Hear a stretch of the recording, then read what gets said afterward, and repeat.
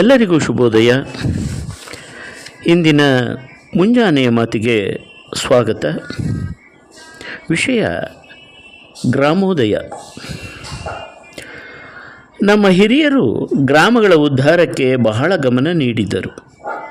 ಅಬ್ದುಲ್ ಕಲಾಂ ಅವರು ಒಂದು ಕಲ್ಪನೆಯನ್ನು ನೀಡಿದರು. ಬೇರೆ ಬೇರೆ ವೇದಿಕೆಗಳಲ್ಲಿ ಚರ್ಚೆ ಮಾಡಿ ಸಂಸತ್ತು ಮತ್ತು ವಿಧಾನಸಭೆಗಳಲ್ಲಿಯೂ ವಿಚಾರ ವಿಮರ್ಶೆ ನಡೆಸಿ ಅವರು ಪುರ ಅಂತ ಒಂದು ಕಲ್ಪನೆಯನ್ನು ದೇಶದ ಮುಂದೆ ಇಟ್ಟರು. ಪುರ ಎಂದರೆ ಪಟ್ಟಣಗಳಿಗೆ ನೀಡುವ ಎಲ್ಲ ಮೂಲ ಸೌಲಭ್ಯಗಳನ್ನು ಹಳ್ಳಿಗಳಿಗೆ ನೀಡಬೇಕು ಎನ್ನುವುದು ಆಗಿತ್ತು. ಆದ್ದರಿಂದ ಹಳ್ಳಿಗಳ ಉದ್ಧಾರ ಆಗತ್ತೆ ಎನ್ನುವುದು. ಗಾಂಧೀಜಿಯವರಿಗೆ ಯಾರೋ ಹೇಳಿದರಂತೆ, ಭಾರತ ಎಲ್ಲಿದೆ ಅದನ್ನು ನೋಡಬೇಕು ಅಂತ. ಅದಕ್ಕೆ ಗಾಂಧಿಯವರು, ಭಾರತ ಎನ್ನುವುದು ಕುತುಬ್ ಮಿನಾರ್ನಲ್ಲಿ ಇಲ್ಲ, ಭಾರತ ಖಜುರಾಹೋದಲ್ಲಿ ಇಲ್ಲ, ನೀವು ಭಾರತ ನೋಡಬೇಕು ಎಂದರೆ ಹಳ್ಳಿಗಳಿಗೆ ಹೋಗಿ ಹಳ್ಳಿಗಳ ಜನರ ಹೃದಯದಲ್ಲಿ ಭಾರತದ ದರ್ಶನ ಆಗುತ್ತೆ ಎಂದರಂತೆ. ನಿಜವಾದ ಭಾರತ ನಿಂತಿರುವುದು ಹಳ್ಳಿಗಳ ಮೇಲೆ. ಭಾರತದಲ್ಲಿ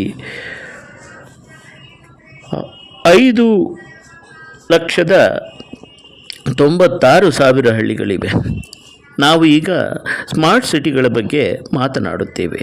ಸಿಟಿಗಳು ಸ್ಮಾರ್ಟ್ ಆದರೆ ಭಾರತ ವಿಕಾಸ ಆಗುವುದಿಲ್ಲ.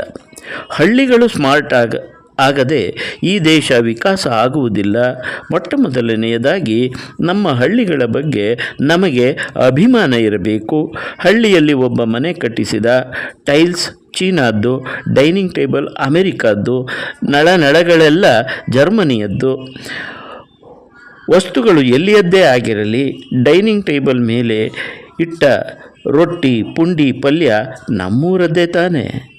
ನಮ್ಮದು ಎನ್ನುವ ಅಭಿಮಾನ ಇರಬೇಕು ಮನುಷ್ಯನಿಗೆ. ನನ್ನ ಹಳ್ಳಿ ನನ್ನ ದೇಶ, ನನ್ನ ಹಳ್ಳಿ ನನ್ನ ಜಗತ್ತು ಎಂಬ ಕಲ್ಪನೆ ಇರಬೇಕು. ನಮ್ಮ ಹಳ್ಳಿಯನ್ನು ನೋಡುವ ದೃಷ್ಟಿಕೋನ ಬದಲಾಗಬೇಕು. ನಮ್ಮ ಹಳ್ಳಿ ಕನಿಷ್ಠ ಏನಿದೆ ಅಲ್ಲಿ? ಬೆಂಗಳೂರು ಬಹಳ ಚೆನ್ನಾಗಿದೆ ಎನ್ನುತ್ತೇವೆ, ಆದರೆ ಬೆಂಗಳೂರಿನಲ್ಲಿ ಏನೂ ಇಲ್ಲ. ಬೆಂಗಳೂರಿನಲ್ಲಿ ಗಟಾರದ ನೀರು ಹರಿಯುತ್ತೆ. ಹಳ್ಳಿಗಳಲ್ಲಿ ಕೃಷ್ಣೆಯೇ ಹರಿದು ನಿಮ್ಮ ಬಾಗಿಲಿಗೆ ಬರ್ತಾಳೆ. ಅದಕ್ಕಿಂತ ಭಾಗ್ಯ ಇನ್ನೇನು ಬೇಕು? ನಮ್ಮ ದೃಷ್ಟಿ ಬದಲಾದರೆ ನಮ್ಮ ದೃಷ್ಟಿಕೋನವೂ ಬದಲಾಗುತ್ತೆ. ನೀವು ದೇವಾಲಯಕ್ಕೆ ಹೋಗುತ್ತೀರಿ, ಮನೆಯಲ್ಲಿಂದ ಒಂದು ಬಾಳೆಹಣ್ಣು ತೆಗೆದುಕೊಂಡು ಹೋಗುತ್ತೀರಿ. ದೇವರಿಗೆ ಅದನ್ನು ಅರ್ಪಿಸಿ ಜನರಿಗೆ ಅದನ್ನು ಕೊಡುವಾಗ ಪ್ರಸಾದ ಎನ್ನುತ್ತೀರಿ. ಮನೆಯಲ್ಲಿ ಇದ್ದದ್ದು ಬಾಳೆಹಣ್ಣು, ದೇವರಿಗೆ ಅರ್ಪಿಸಿದ್ದು ಬಾಳೆಹಣ್ಣು.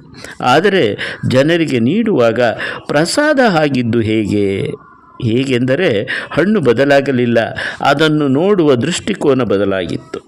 ಅಂದರೆ ದೃಷ್ಟಿ ಬದಲಾದರೆ ಸೃಷ್ಟಿಯೂ ಬದಲಾಗುತ್ತದೆ.